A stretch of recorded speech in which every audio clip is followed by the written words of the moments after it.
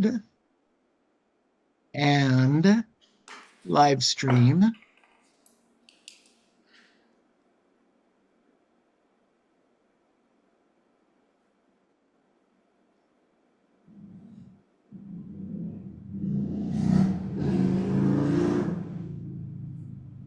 Who's got race cars out in front of their office?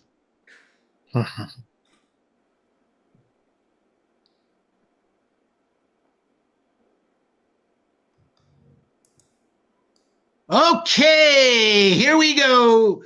Mastermind with Neil Schwartz and our very special guest today, Alex Hollander. Alex, welcome. All right, Hey. glad to have you today, buddy. Fantastic, fantastic. Alex is a little bit newer to our company.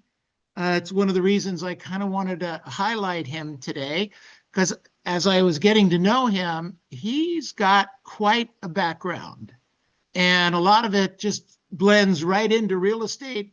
And he's been very, very successful in doing a number of things. So I wanted to bring him on board. So welcome, Alex. Glad you're Thanks here. for having me. Yeah, I'm glad to be here. Sounds like we're going to have some fun today. We are definitely going to have some fun, and hopefully our agents are going to learn some stuff and take some of your ideas and move it into action, make some money. Let me ask you a question real quick. I get this question. I have 10 people a day I coach, and I get this question 11 times a day.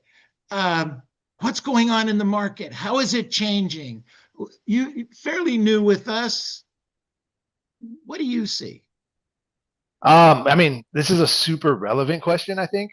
I feel like right now, especially in the Los Angeles area, the region that I'm kind of over right now, I am seeing that we are grossly overpricing some of these homes. We're not kind of properly educating sellers on what it's going to take to actually get these homes sold. So the result of that is a lot more time on market, and buyers, they're starting to kind of show up a little bit. But in Santa Clarita specifically, which is kind of where I primary focus, I think we have more homes available on the market right now than we've had since 2000, and I think it's like 14. It's almost a decade at the moment as of today. So Yeah, I read something like that this week. We have 500,000 more pieces of sellers on the market than we had in years since 2013, I think, to your point. yeah, so we need to make adjustments out there. I mean, as listing agents, we got to make sure, we're doing everything we can to make sure our clients know kind of what they're walking into if they're trying to sell their house right now. No, that's a great point. Excellent. So which offices are you overseeing? So I oversee the Granada Hills office, the Woodland Hills office, the Arcadia office, Lancaster, which is soon to be Antelope Valley, and then Santa Clarita, which is currently called Valencia, but we do all encompassing up in Santa Clarita. Got it. Got it. And you've done a number of things in your career. I think you mentioned you started in the property management world. Is that correct? Yeah. I mean, even before that, I was a hotel manager. So every job I've ever done, I've worked my way to the top. I started as like a front desk agent. I did a little bit of like maintenance, not knowing anything in maintenance. There was just an opening, and I took it. That turned into kind of like overseeing a department, and then I became the general manager of like an economy hotel out in the lovely city of Sylmar. And then that translated into property management pretty well. So eventually, I started as a property manager, and then I became the operations manager for one of the largest property management companies in the San Fernando Valley. Wow, that's Yeah. fantastic. Good for you. Good stuff. Without you were educated along the way, but you weren't educated to do that No, not at originally, all. Yeah, right? no, I did a little community college, but mostly, I was schooled on these streets, hard knocks and, elbow grease and hard work is kind of where I got my education. Right. And then you did some ministry work too, didn't you? Yeah. So after working in the property management field for a while, I And you got plenty of training in there to become a pastor. yeah, dealing with a lot of people and problem solving and things like that. But yeah, I started attending a church. I mean, and over time, they kind of saw some of my leadership qualities and they invited me to come on board and help with certain things. And that eventually transitioned into them offering me a position to be an associate pastor for the church. So I was doing that prior to coming into real estate. And that's exactly why you're now one of the top real estate agents in the Valley, because you were a pastor. Oh, no, that doesn't compare. Oh, Yeah, that's not exactly right, right? yeah, exactly. Yeah. Well, good for But you. yeah, but it's fun. I mean, I it's weird because when I got out of ministry to come into real estate, I really had a hard time even trying to tap into that specific like center of influence. So in the beginning, I didn't even try to reach out to anybody I knew from the ministry world. Why? Yeah, I mean, I always pushed up against the concept of like, and I'm sorry if you trained this, but I'm just speaking candidly. But when I was interviewing all these brokerages when I first started, they all said the same thing: you can't see it, but this is my cell phone. Grab your cell phone. How many contacts do you have? And I easily have over 1,000 contacts at the time. And they're like, they gave a little percentage breakdown of like, you should be contacting all these people, and that's how many transactions you should be closing. And I just felt like in a realistic world, all of these people who know me as a pastor also know that I know nothing about real estate and I'm jumping into a new career. So that's kind of how I dove headfirst into social media, because I was trying to figure out a way that I can kind of reverse engineer that so people saw me working, productive, successful, so that those people who I already knew were following me would hit me up, reach out to me, and I didn't have to kind of go after them. So that was my original like concept of how I was going to start my business. So, was there also the feeling that you're calling these friends and family and kind of begging for business? Was there any of that involved with that? Yeah, I mean, a little bit. Yeah, I mean, Yeah. and then when you start out, you don't really feel like you're providing a service. Like now, as you get more and more kind of comfortable and experienced, you realize when you're reaching out to these people, you're providing service. You're problem solving for them. But in the beginning, it didn't feel like that. It felt like I needed them more than they needed me, and that's where the problem was. So, do you think it changes a little bit when you were trained what to say and how to say it? Did that ever come into play for you in the beginning, toward the beginning? Yeah, absolutely. I mean, you got to know what to say, how to say it, and how to say it in your own, language. You have to Right. be so comfortable with what you're communicating or what you're being told to communicate, that you can say it your way without coming off inauthentic or salesy. Good. Yeah. Excellent. Excellent. And okay, so COVID came and it was phenomenal for some people and not phenomenal for some other people. You were one of the casualties kind of in the beginning, right? To some degree. Yeah, yeah. Being in ministry during COVID was rough because, there was mandates that churches had to close down. So from like, when did the notices go out in January? It was really March, I guess.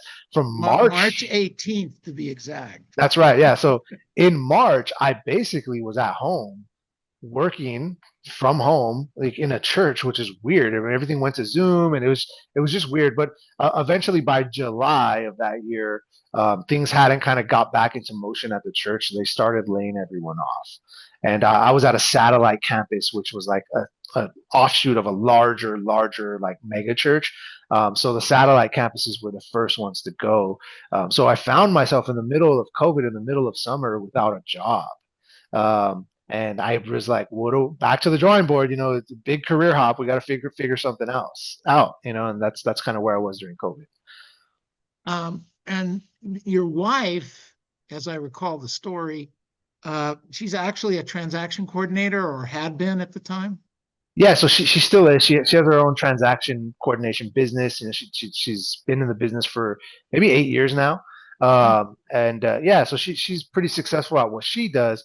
So remember, during COVID was like the first time I was at home for long periods of time, just like everyone else. Like usually I'm an active person, I'm out in the field working. I come home at 5 or whatever, and that's work is already over. During COVID, I'm sitting at home and I'm listening to my wife talk to real estate agents.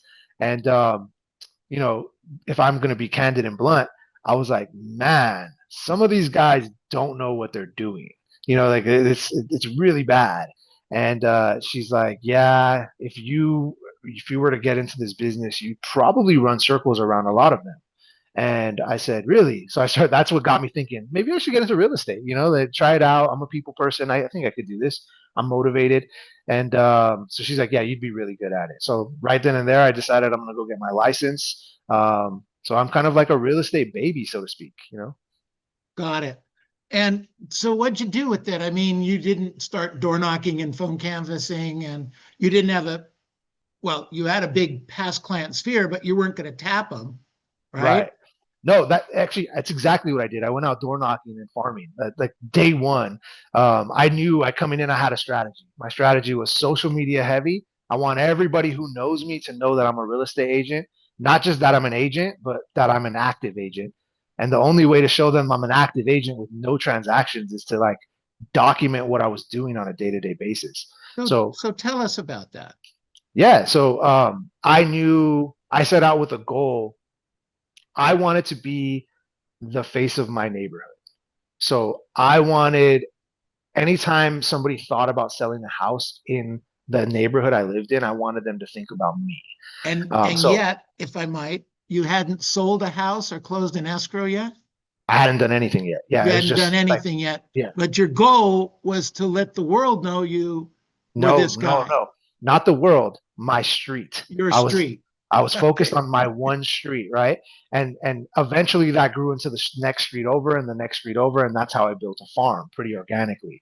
I envisioned in my head, anytime I took my trash can out, I'm gonna wave at anybody who walks by, right, or drives by. Anytime I'm driving down the street, someone's walking, I'm gonna wave it. I just want to be that guy, right? Everyone knows me in the neighborhood. The That guy was that my takes the trash out every day. No, I'm well, kidding. so kind of so I'll give you a cool idea of what I did my very first month in real estate, or like my second month. It was going into October, so I really kind of got started in September, and by October, I realized I'm going to farm this neighborhood. So I went down to Trader Joe's, and I asked Trader Joe's, if I bought 100 pumpkins from you, would you match that? And I'll take them right now.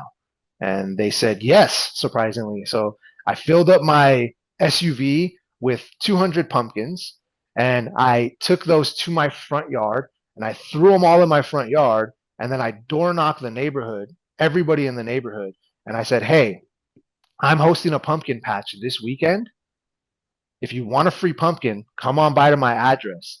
That's it. And I had my branding, and, I was with C21 at the time, so all of that was on there as an agent. And that's how I door knocked for the very first time, inviting everybody to come to this quote unquote event in my front yard. But in order for them to get a pumpkin, they needed to sign in.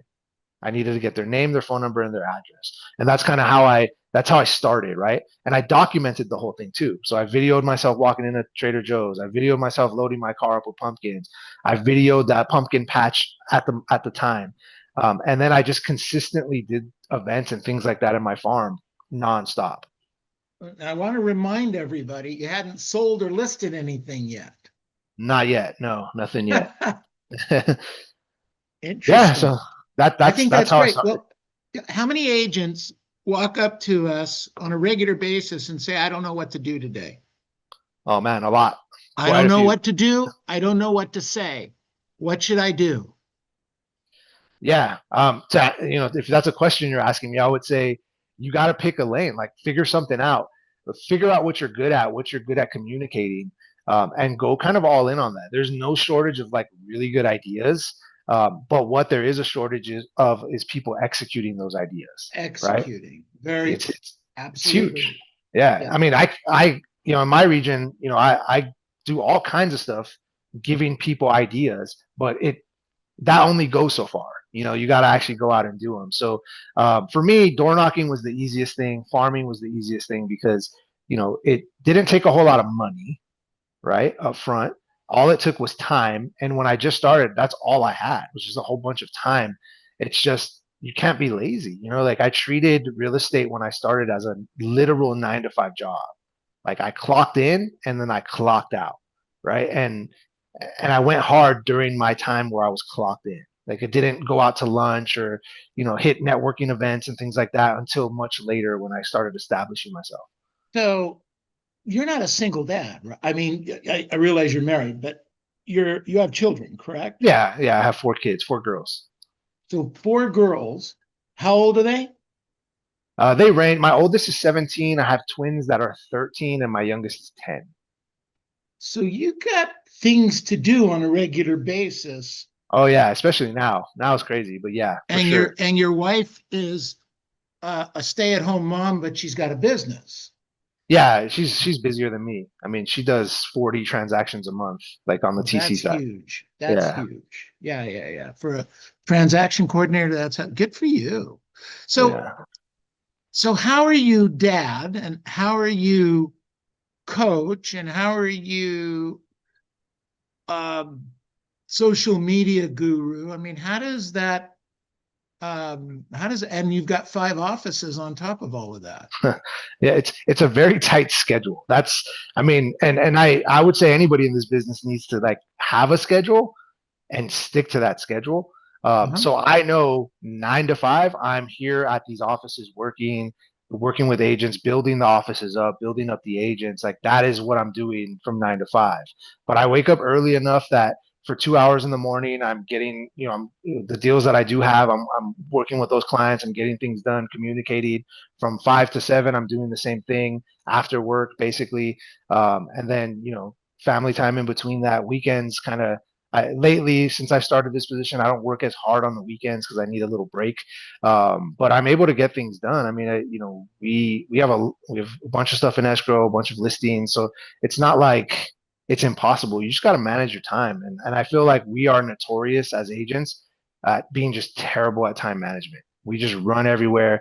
My business started getting good when I stopped caring, like when I stopped being desperate, and I started like picking and choosing who I work with, and it wasn't just like I had to be at the whim of everyone else. That's when my business really started falling in my So lap. you were setting standards.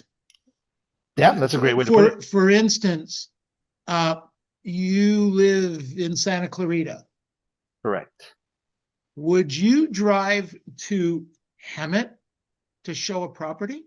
Never. I wouldn't Would even you drive try to that. Hemet to list a house? Unless it was like I don't know Hemet, but if it was like if it was worth my while, like a It seven was million not. dollar It's home. never going to be worth your while in Yeah, Hemet. yeah. Okay. No, so no, I Nothing wouldn't. personal to Hemet. Yeah, no, I don't like I'm very upfront, especially with agents about my strategy, and I feel like a lot of us cast these really wide, really huge nets trying to catch fish all over the place, and I hyper focus. I have a very tiny net, but it's fine tuned, and any fish that's in that net, I'm swooping them up and I'm taking them. So that's kind of how I built my business in the community that I'm in is I'm hyper focused locally, and that does save me a ton of time. It's a great point. No, it's huge. And how many agents do we see every day that's tell me about a rental they're going to do, Oh, 40, 50 miles away?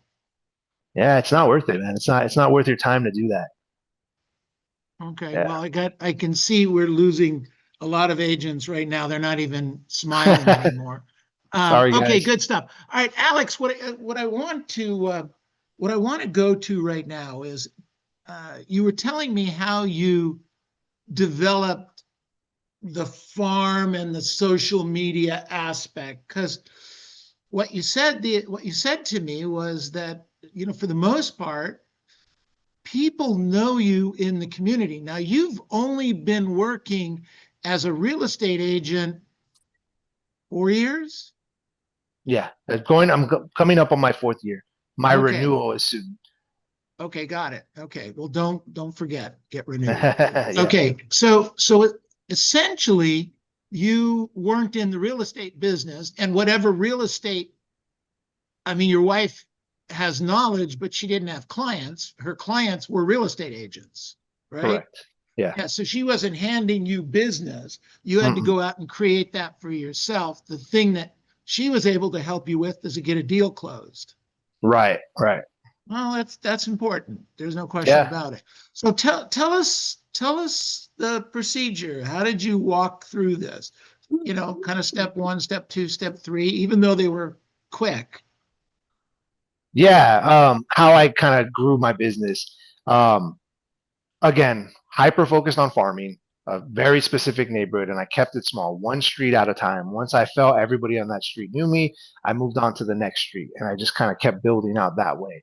Farming is like a huge piece of my business, but I wanted to kind of take it a little further, so I kind of developed I call it digital farming. I developed my own kind of like digital farming method, where I use social media to kind of like when I teach farming, the way I farm, it's very layered. So it's not just one thing. So if you've ever taken a farming class with me, you know actually everything I do is very layered. So it's like step one, you're gonna door knock. So you're at their door. Step two, you're gonna call them. So you're on their phone. Step three, you're going to invite them or meet them or see them somewhere at a community event. So now you're in person, right? Step four, you're going to send out mailers. So now you're in their mailbox. So I was like, how do I get another step in there? And the natural progression was social media. So I went out on social media trying to make sure that I was either following or getting people in my farm to follow me so that they see me on social media. And how I did that was by focusing on local things, stores, businesses, anything new in the neighborhood, a new park opening, a new store being built, anything really, I would make a video about it or I'd make a post about it. And eventually people started following me locally. And it's stupid stuff too. Like if I saw somebody walking their dog and I saw the same dog every single week, month in, month out, one day I was just like, hey, do you mind if I do a quick community highlight video of you and your dog? Like everyone loves your dog, right? And so now I just tapped into the dog community in Santa Clarita, right? So it's just like you just keep finding ways to tap into these specific little subcultures in one geographic location. And sure enough, now like if any of you guys were to go out for lunch or dinner with me out in Santa Clarita, no less than 5 to 6 people are going to stop us and say hi to me because everybody out there knows my face. That's why I brand myself as the face of Santa Clarita Valley, SCV. It just was part of the strategy and it organically grew. So as far as steps, I mean, I would say pick something that you know you're good at and that you can go all in on and just don't stop. I think we very often see the next agent doing something new and exciting and we stop what we're doing to do what they're doing and we didn't fully explore and fully turn over every rock of that process before we gave up. Well, that's great. Really very nicely done. Before we move on, questions on anything Alex has given us so far? Questions on anything Alex has shared so far? Jump in, say hi, raise your hand, yell out. By the way, Miguel Terrazas, great to see you, buddy. I have a comment. This is Just Lynn want to say Blair. hi. Alex has been very helpful. Thank you. Good. All right, good. Well, we got one fan. Okay. He has fan two. I we have Lynn fan two. All right, good. I have a coach. He called with him at 2. I'm a fan. I have enthusiasm that I didn't have before. That's and I want to say thank you because I'm a door knocker and he is giving me, and I have door knocked so long with no business. It's crazy. It's embarrassing. Now I know how to go about it. And that's what I'm trying to do now. Thank you, Alex. Oh, that's Thank great. you. Thank you. Thanks, Lynn, for sharing that. Neil, Alex, this is being recorded, correct? It's Emma. yeah. Okay, thank you. It's very important. Don't scare me. I have a question. Go ahead. What time do you wake up in the morning, usually? I wake up at 4:47 every single day. And that's 4:47. because the clock is broken, right? No, it's just I try to get out of my house by 5 a.m. That's why. So that gives me I pre-shower. I shower in the evening. I have all my stuff laid out, and I'm out and I try to get to the gym by 5 a.m. every single day, or Monday through Friday. Excellent. Got it. Thank you. So there was Lori Pop had a question about time blocking and placing items on the calendar to keep them front of mind. Do you do things like that or no? Yeah, absolutely. Anybody who tells me like they keep a calendar, I ask to see the calendar, and they don't really time block. So my days are a little different now, given my role as the director. When I was fully in production, I literally time blocked prospecting, follow up, appointments. It was that simple. Like there was no extra to it. And I made sure it was, if I'm following up in that time block. Every day was a different like subsection of people. So I would use my follow-up boss to do that. So like I'm huge on follow-up boss even before I got to C21 Masters. So when I source people that I've prospected from an open house, I knew on Monday I was following up with only open house people for my time block. On Tuesday, I'm following up with only internet leads from my time block, right? On Wednesday, I'm following up with only, so that got me in a mindset of like what to say, how to say it, who I'm talking to, where I'm talking to them from, right? And I kept to that schedule consistently every single day. That's just how I operate. And now my schedule is very similar, except with agents, there's a lot of monkey wrenches. Like, oh, I gotta go over here, I gotta do this, and I gotta do that. So it's a little harder, but it's not impossible. Got it. Good job. So, Alex, can you do me a favor while you're doing this, or maybe Jackie and Kiana can do it? Put your name, phone number, and email address in there for us in the chat box. You do We that got for it. us? Yes, we'll do it. All right, Thank you. appreciate it. Excellent. Alex, this is great. I appreciate you sharing it. I mean, as you can see, all the top talent that we have here at Century 21 Masters is just amazing, and we're just sharing bits and pieces of this. Alex, tell us, how do you get so disciplined? Did you wake up disciplined? Were you born disciplined? Did you always comb your hair the same way and eat the same breakfast? I mean, Yeah. tell No. or did you wake up one morning and say, "Oh, this is how it works"? No, I think remember I came from another career, came from a couple other careers, right?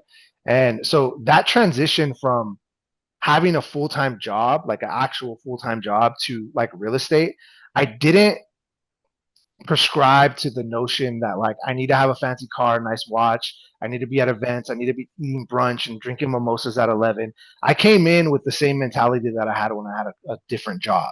Like I'm clocking in, I'm clocking out. So if I'm here for work, I'm gonna work hard because I got a family.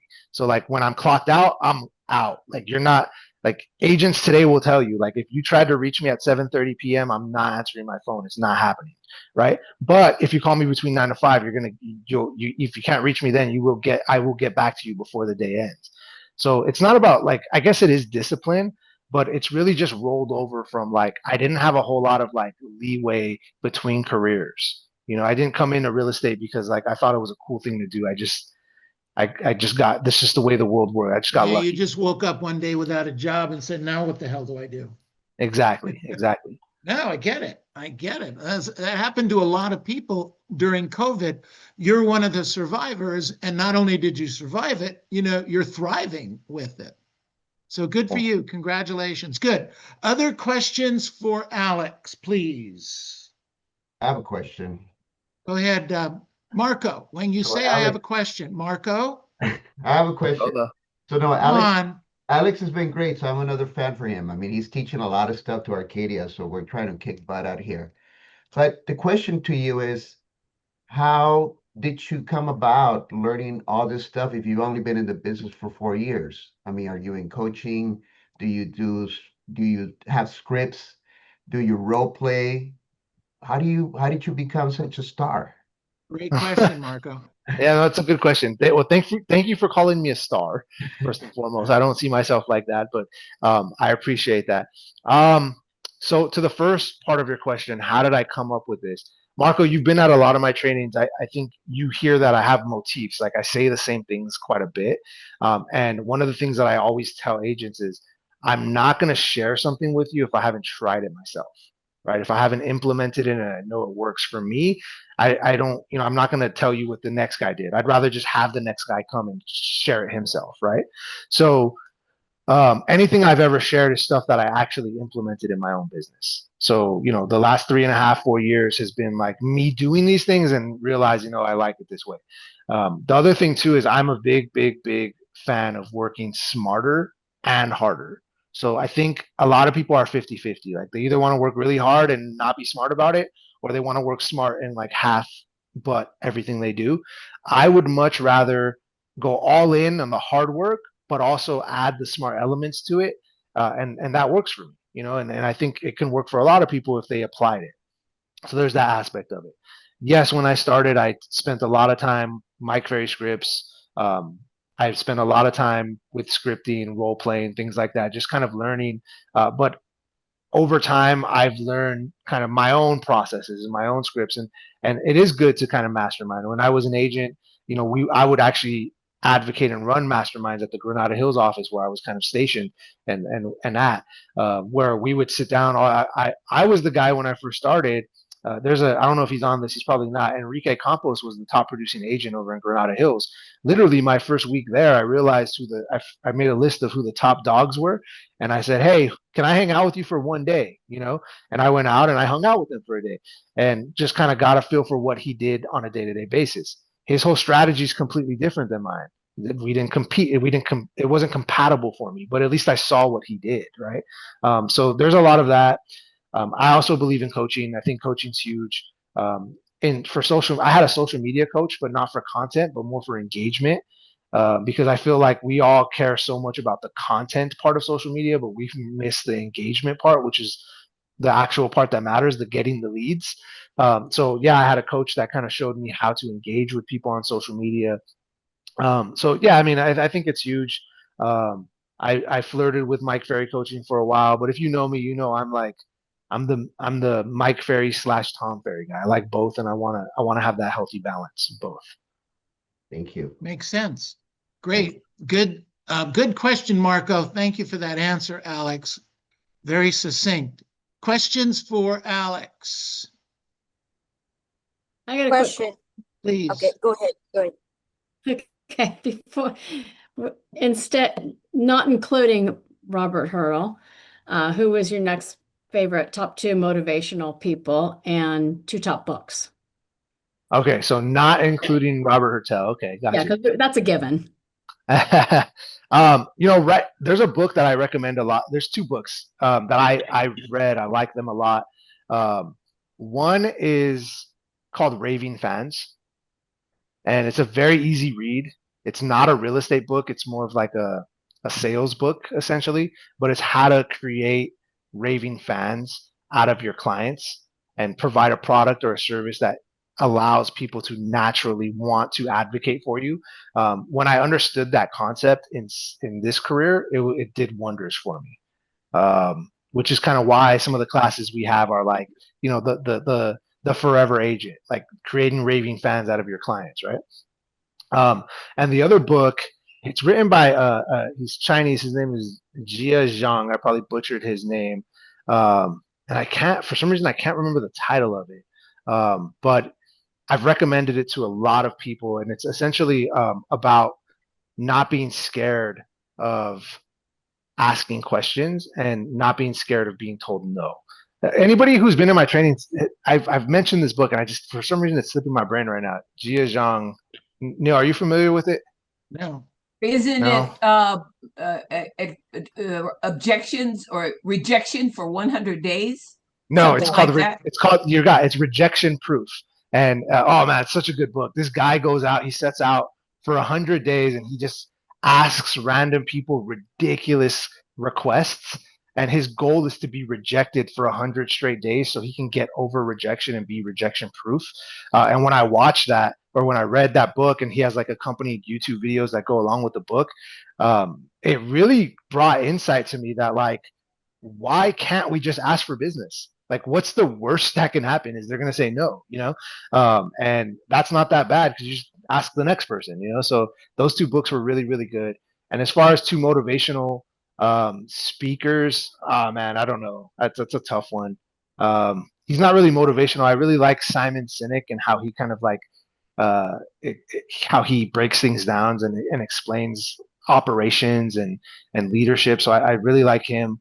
That's probably like the one that I prescribe to the most. And then I would also say maybe Craig Groeschel. He's a pastor of a church. He's a really good teacher. So he pastors at a church out in Oklahoma that I've never been to, but his speaking is really well. It's very motivational. So Craig Groeschel is really good for leadership, even outside of like the church thing, but leadership wise, he's a really good speaker. That's great. Good recommendations on the concept of 100. There's a guy named Darren Hardy, actually started in the business up in the Northern California area, and he was told to door knock 100 get 100 no's a day. That was the goal. 100 no's a day, and he did that for, I don't know, 6 or 8 months. He wrote a book on this, and he's one of the most successful. He was 18 years old at the time. Wow. Yeah, it was amazing. So there's a guy that might also be interesting to some people. Good. He's my Excellent. favorite, Neil, and he has something called the Darren Daily, and you get a daily motivational message. Excellent. Yeah.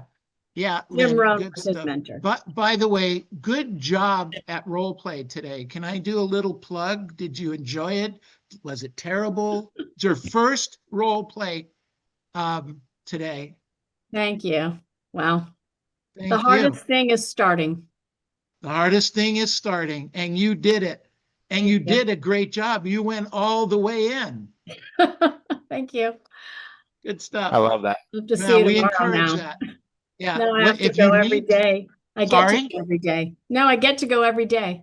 now you get to go every day. Exactly. If you need to know what to say and how to say it at the highest level, it builds confidence immediately.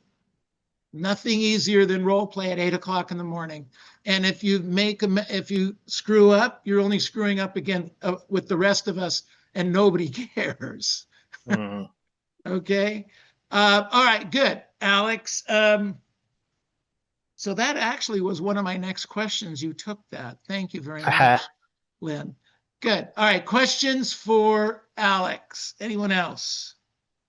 Alex, question for you. You're the coach for the social media. Is it also related to real estate?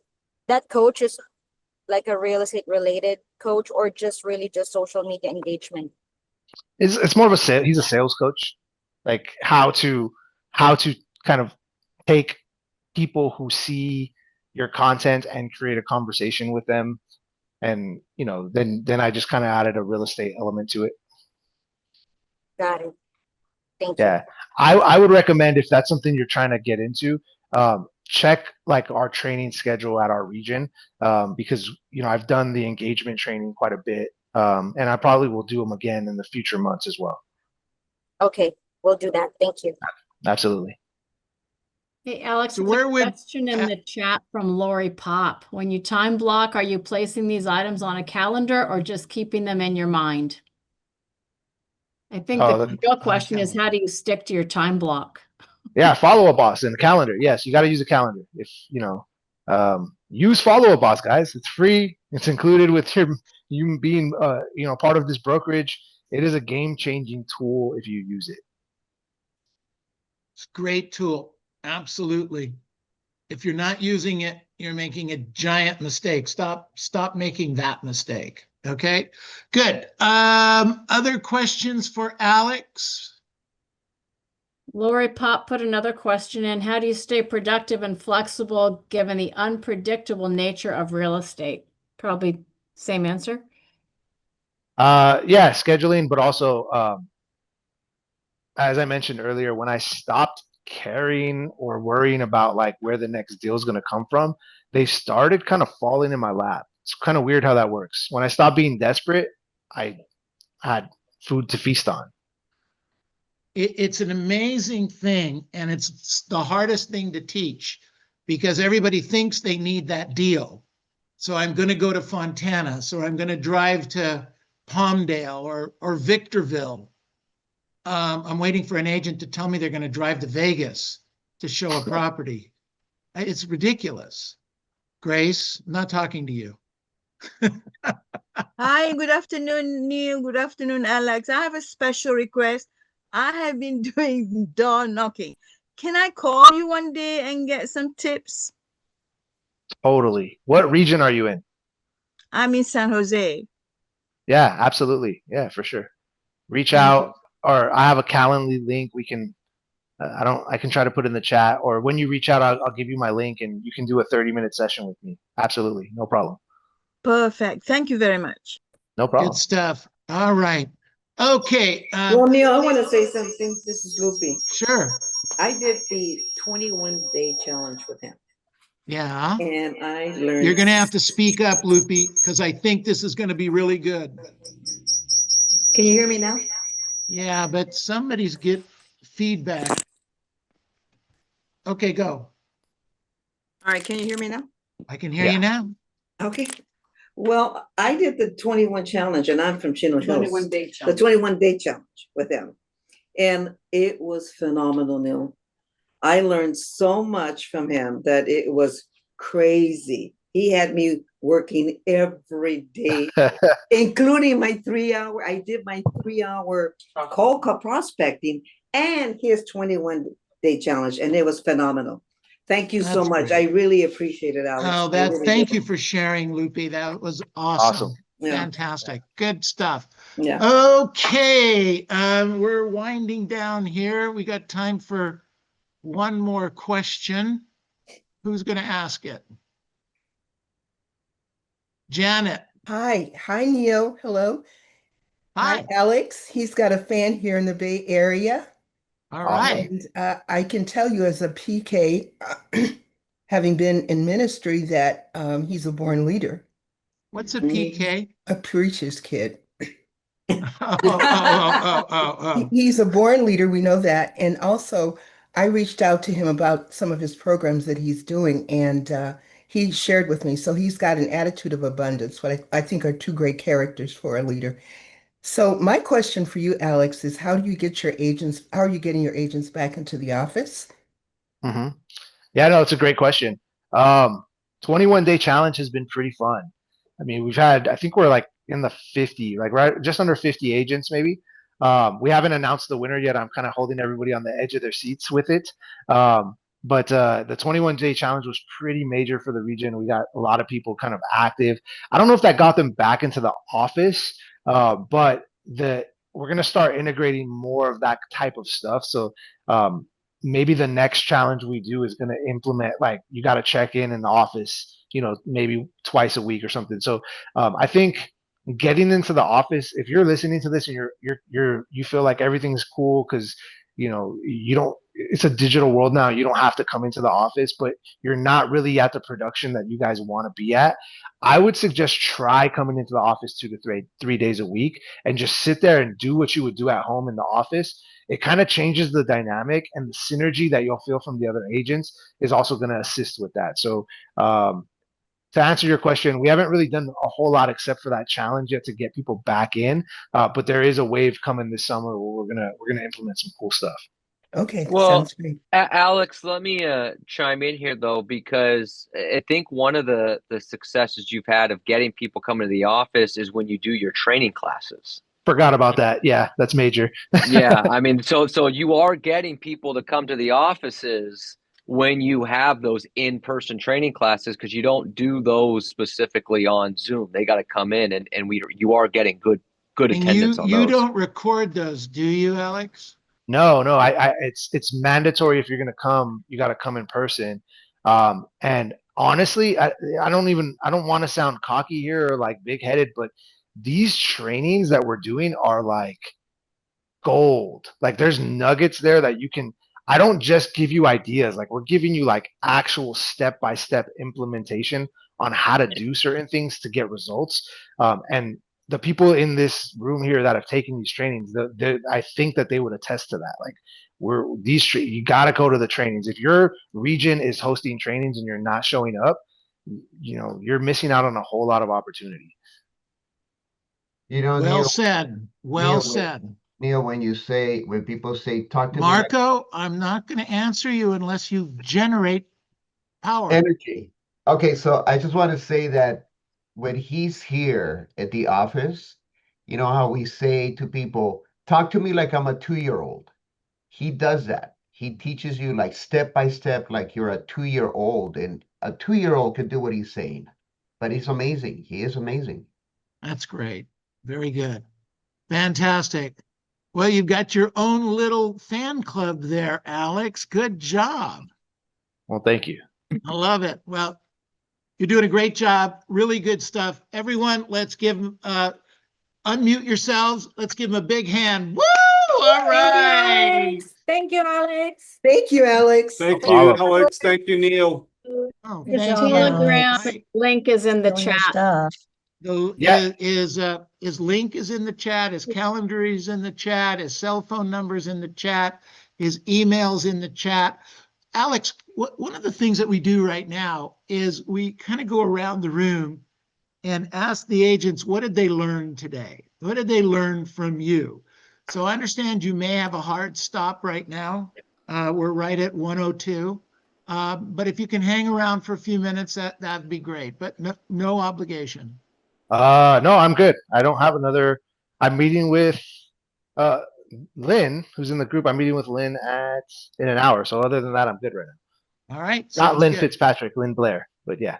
Okay. I Good. I Sure. must say that Alex is very generous. So whatever goes wrong comes around, right? That's what they say. Shakira, thank you. All right. What did we learn today? Who wants to go start? I like the idea of casting not to with a large net, but to a small net.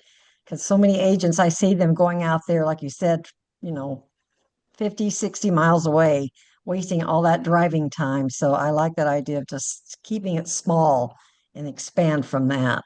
So thank you, Alex. Is Tess on this call? Stop it. That's great, Jackie. Thank you. Good work. All right. What else did we learn today? I got one. Go ahead, Sonny. He said, ask for business. The worst answer you can get is no. Yeah. That's a great point. Absolutely. So does that mean that you're going to go ask 100 people today? Yes, I should. Yes, I If you will. get 100 no's, Yes. you'll feel so much better about yourself. Yes. Eventually. Good job. I've got one. All right, I've go got ahead. one. Janet. Janet, go ahead. I love the pumpkin idea. It's like he wanted to get known and he made a big statement. I thought that was fabulous. Yeah. I'm going to buy 100 pumpkins if you give me 100 pumpkins. I thought that was a great idea. The first guy is going to get that. The second guy is going to get it. Yeah, I was only able to do that once. Unfortunately, I had to buy them the second year. Yeah, that's all right. You did it. But you know, Neil, it's his enthusiasm. Every time he speaks, I can feel it. The energy. Energy. That's what's good about Alex. Remember, energy sells, everybody. Exactly. Energy sells. We talk about this in role play all the time.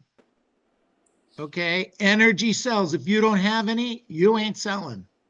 All right, what else did we learn today? I'm here for work, clock in, clock out, go all in.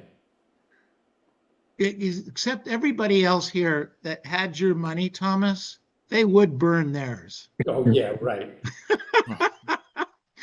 All right. Anyone else have what else Neil, did they learn? I'll chime in.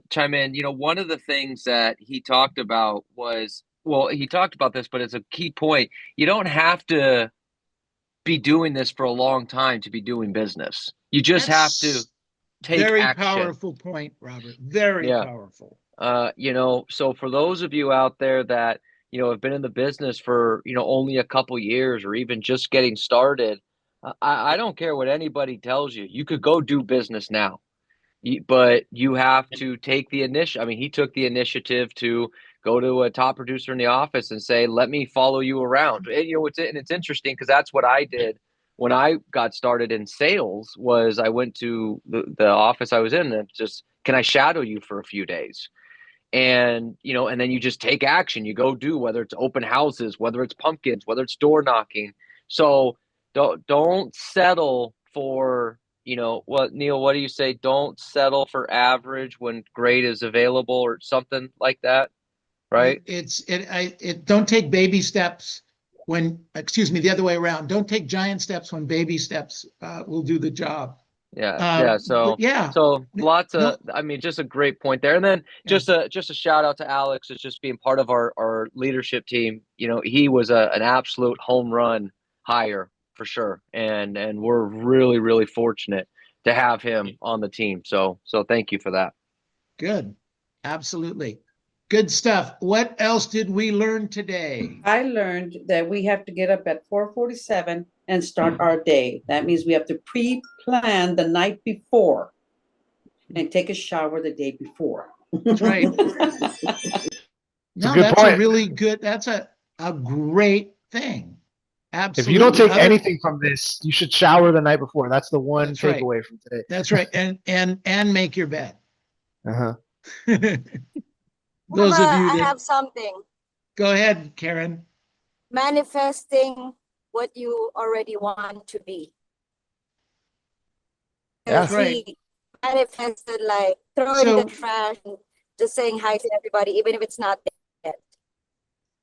One of the things that Alex didn't hit on that I'm sure is a big part of this is you have to have your goals in front of you. Now, the goals don't have to be big watches and big trips and big cars, but, he's very devoted to his family. He wants to make sure that, he is a household name in his community, and he's willing to take it block by block. I hear the generals talk about taking the enemy block by block, but I've never heard of anybody in the social media world talking about let's take it block by block. In fact, he corrected me when I said something to you earlier today. We were talking, and I said, "Yeah, you're just got a ton of business." He said, "No, I have it block by block." That's you said and then you go out and you're going to take over the world or something like that. And I was like, no, I'm taking over a street. Street. He's very deliberate. And even in our unguarded conversation, he corrected me and said, no, I'm not going after the world. I'm going after the next street. That's powerful, ladies and gentlemen. That's powerful. It's focus. Good stuff. What else did we learn? And it's focus. But Miguel, you have something to say? Sure. I wrote out a couple things: humility and hunger, and being those are core values, Alex. That's what fuels you, and that's huge. And then a great book, Atomic Habits, the 1% Rule. And that's essentially block by block what you're conveying. So thank you. Block by block. I love it. Miguel, thank you for sharing. Appreciate it. You always have great things to say. You should come more often. I will. Thank you for having me. We have a commitment. Thank you. Okay, what else did we learn today? I'm going to get people one at a time. I've been only doing this for 50 years.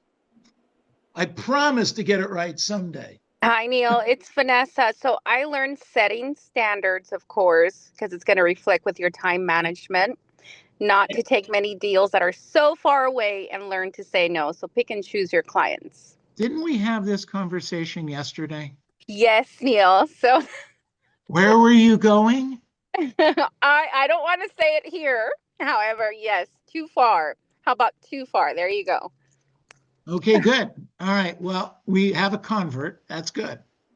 Wait, is this the same Vanessa Zamarin? Yes, Alex. Hey. Hey, how's it going? Hey.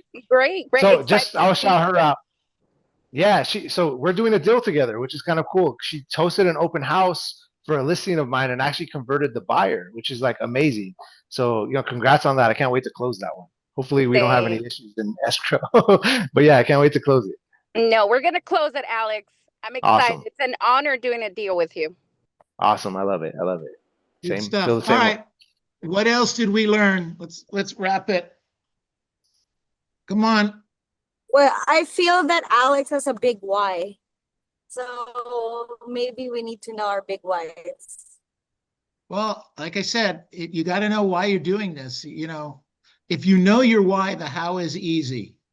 If you know your why, the how is easy. So why the heck are you guys doing this? Why do you get up in the morning? Why does he get up at 4:47 in the morning and work his day and he has a very full, and I would hope what sounds like very satisfying life. So congratulations to you, buddy. Absolutely. Thank you. All right, unmute yourselves. Let's give him a big hand. Thank you, thank you, thank you. Woo! Thank you. All Thank you, right. Alex. Thank you guys. Thank you, Alex. Alex, Thank great you. job. Appreciate it. Awesome. Okay, so See you tomorrow in Arcadia. now we go to Miguel at 1:00. Miguel, you ready to make your phone calls? Where is Miguel? Where's Miguel? Oh, All right, I thought buddy. you were calling me. I said, what phone call? No, you're on next week, Miguel.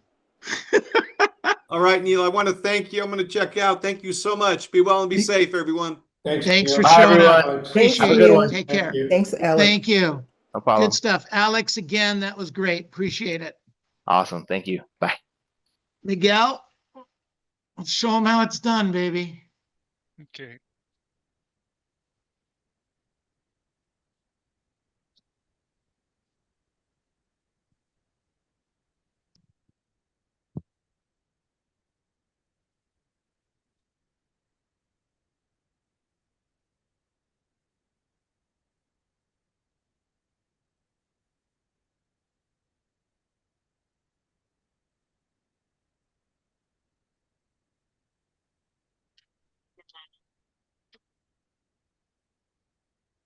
Ujú.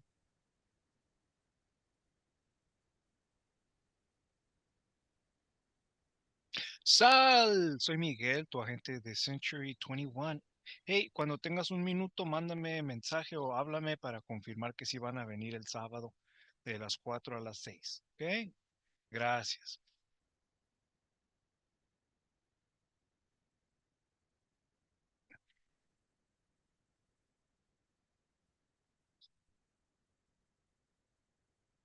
Let's get some referrals.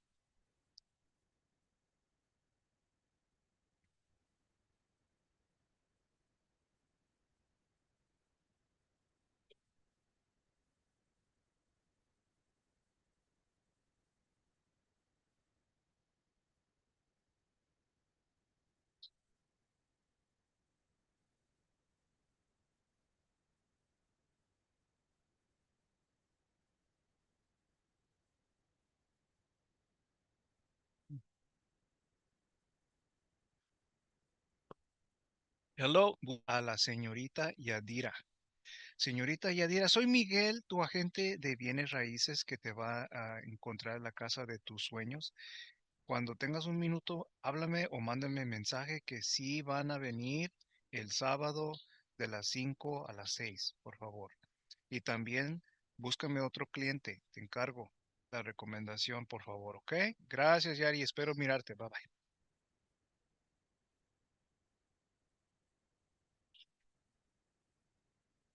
Expressive lady.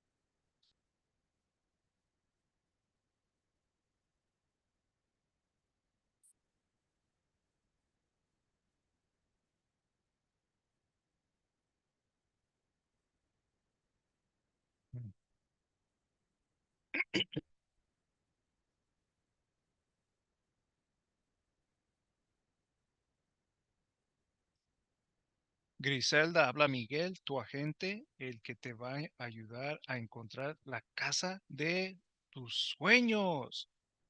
Gris, ¿sí van a venir el sábado a las 6? Échame una llamadita o mándame mensaje por texto para confirmar bien, ¿ok? Gracias. Y te encargo, pues, un cliente, si conoces de alguien que ande también queriendo vender o comprar casa, me lo mandas para acá, por favor, ¿ok? Ahí te encargo. Muchísimas gracias. Los vemos.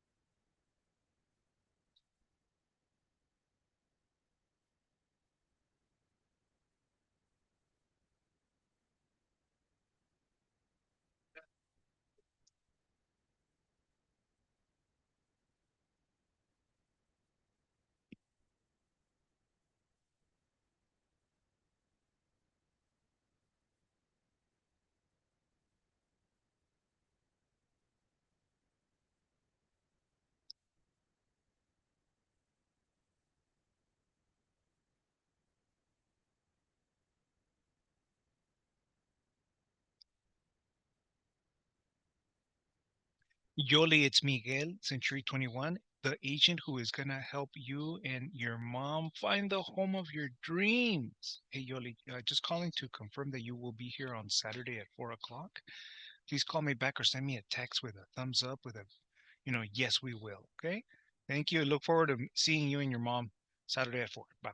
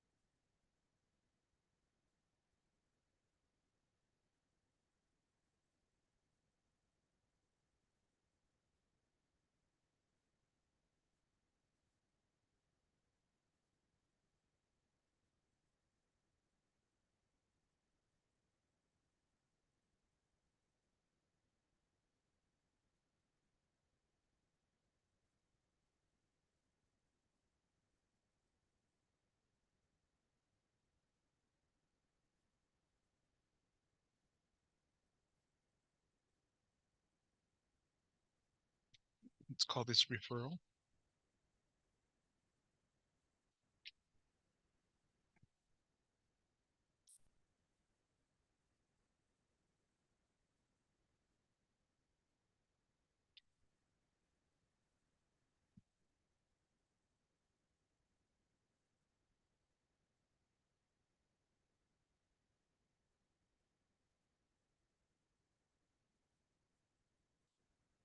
Hmm.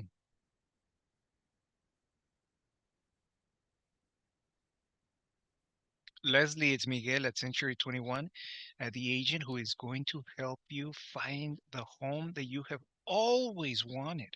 Call me when you get a free minute so we can talk about what your home looks like in your mind, where your goal is, time-wise. Call me back, okay, when you get a free minute, please. Thank you. I look forward to talking to you.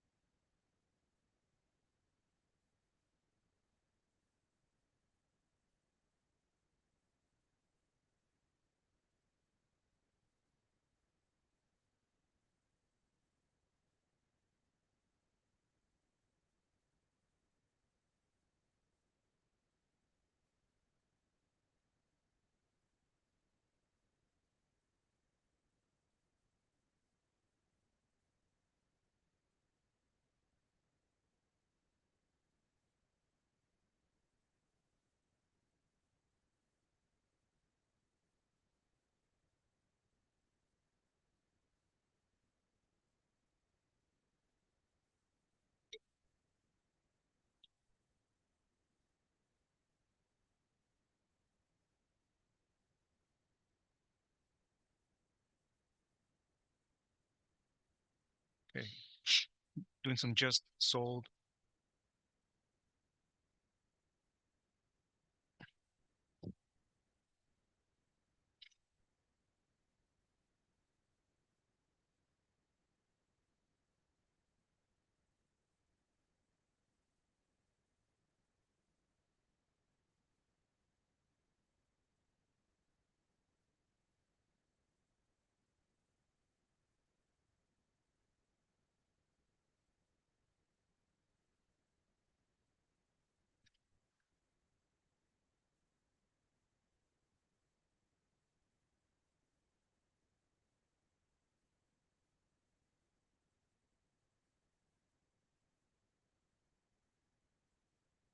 Hello. Doing some just listed. Excuse me, just sold phone calls.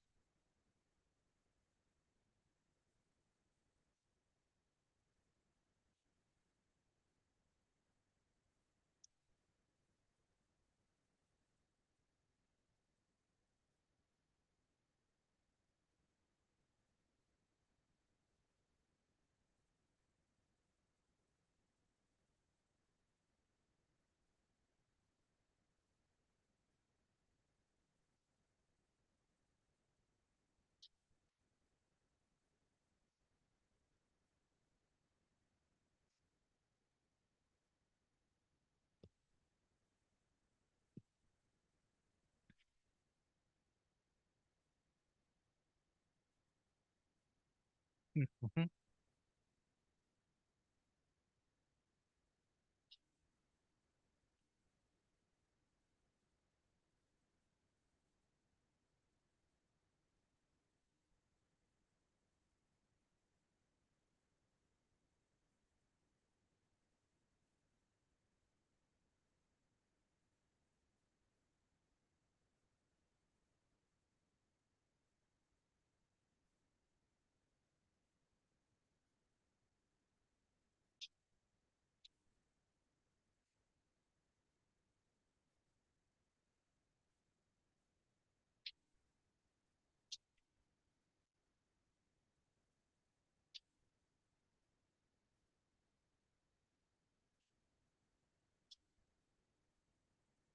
Mm.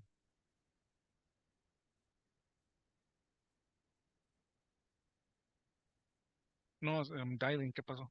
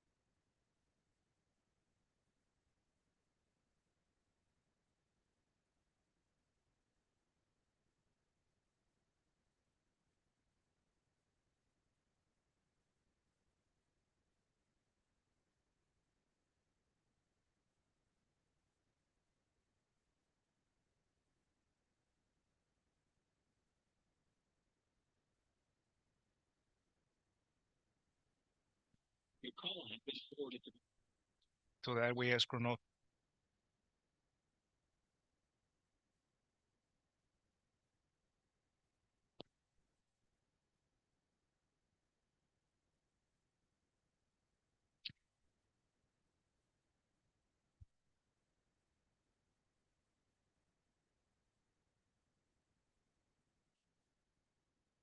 Hello, this is Miguel with Century 21.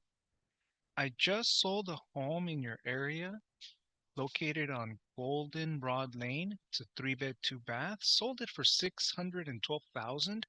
And I was just wondering, who do you know that maybe is looking to move out of the neighborhood? Or what about yourselves? When were you folks planning on moving? You're welcome. Thank you.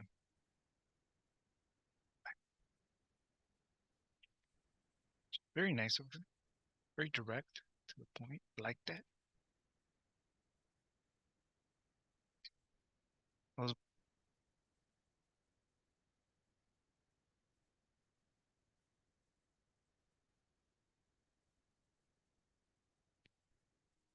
Let's go. Gotta focus here.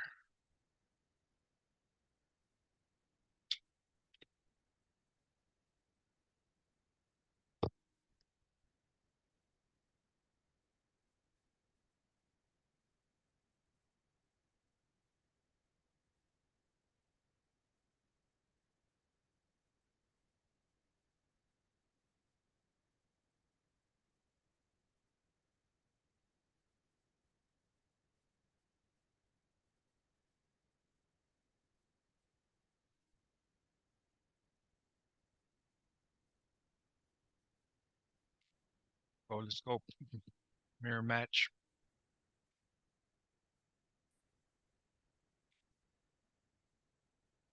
My mirror match is unmatched.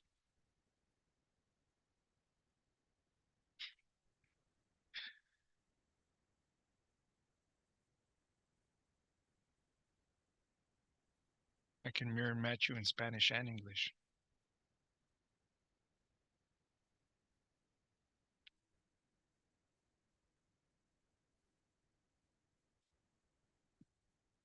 I love rejection. Love it.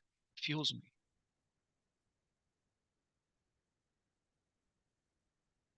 I need it. I love rejection. Love it. Ooh, I need it. Fuels me.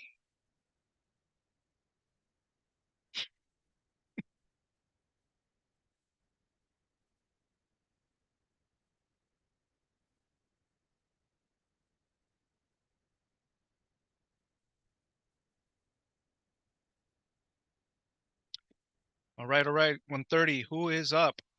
Who's on deck? Let's go.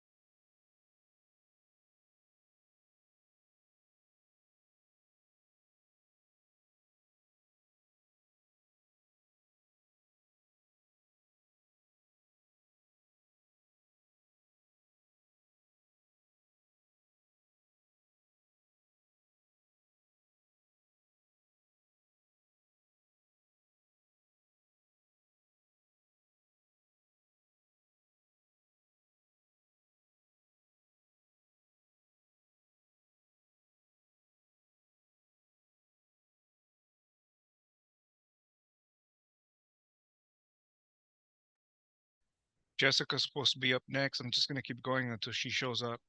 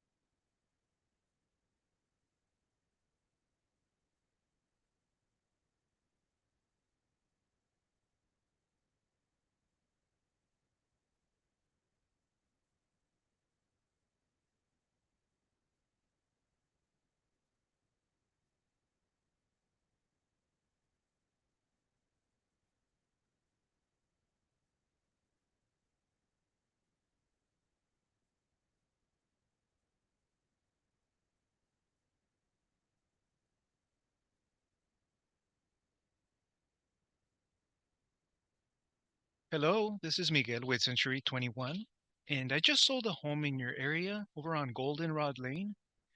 Features 3 beds, 2 baths, and I sold it for 615,000. And what I know is when I sell one, usually 2 more sell right away. And I was just wondering, when were you folks planning on moving? No plans to move. Oh, that's good to know, and lucky you folks. Thank you very much for taking the call. Have a wonderful day.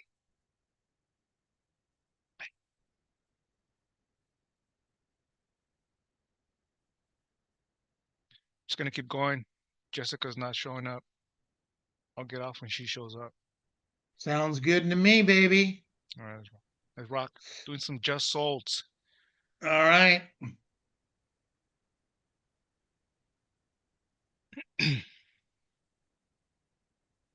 Looking for that yeah. Looking for that yeah. We move. Hey Siri, call Robert Soriano.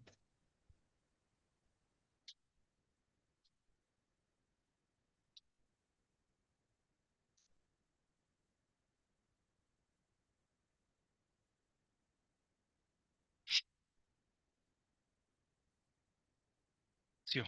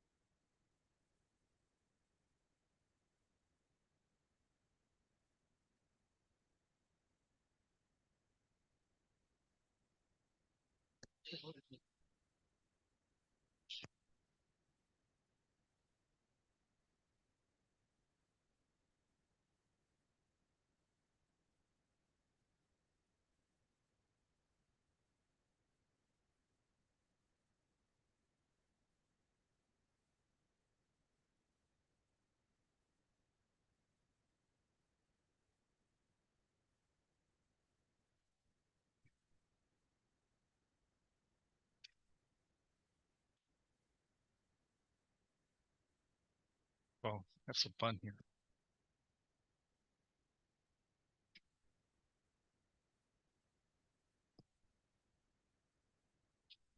Aló, habla Miguel con Century 21. Hey, señora, acabo de vender una casa en su área, en la calle Goldenrod Lane, de 3 recámaras, 2 baños, a $612,000. Y sé que cuando vendo una, 2 más se venden ahí enseguida. Una pregunta, una pregunta para ustedes. ¿Cuándo tenían planeado de mudarse ustedes de allí de la Rayen? Ajá, ¿cuándo tenían planeado de mudarse? Ujú, ujú, ujú, no, ujú. ¿No planes de mudarse? Ok, ok, muchas gracias, señora. Es bueno saber eso. Qué afortunados son que están contentos en su casa. Ok, muchas gracias y tenga buen día. Ok, bye, señor. Bye, bye. Get it. I can mirror match Spanish and English.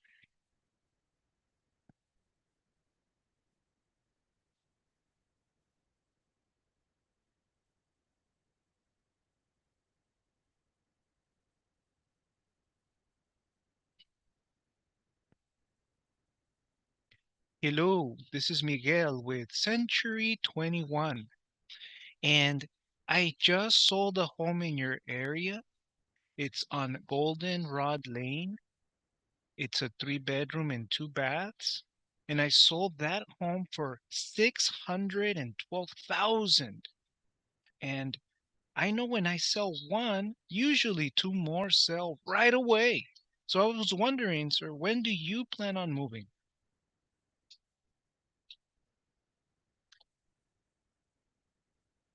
You don't have money to buy the new home. Well, that is a concern. Tell me about Rayanne. Are you renting that one or are you purchasing that one?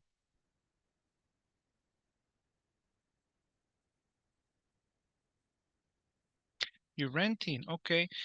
Tell me, would it make you happy and your family happy to finally be able to own a home of your own? Would that make you happy?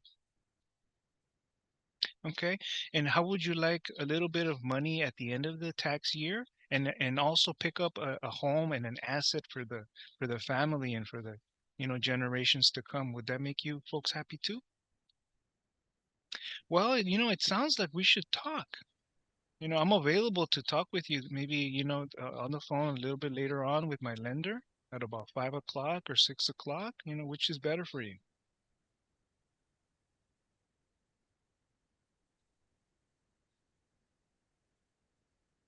Hmm. Mm-hmm.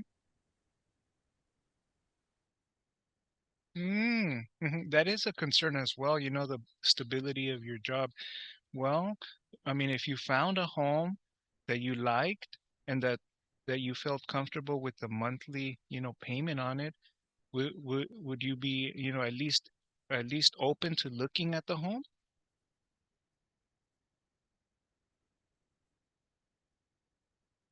Mm-hmm.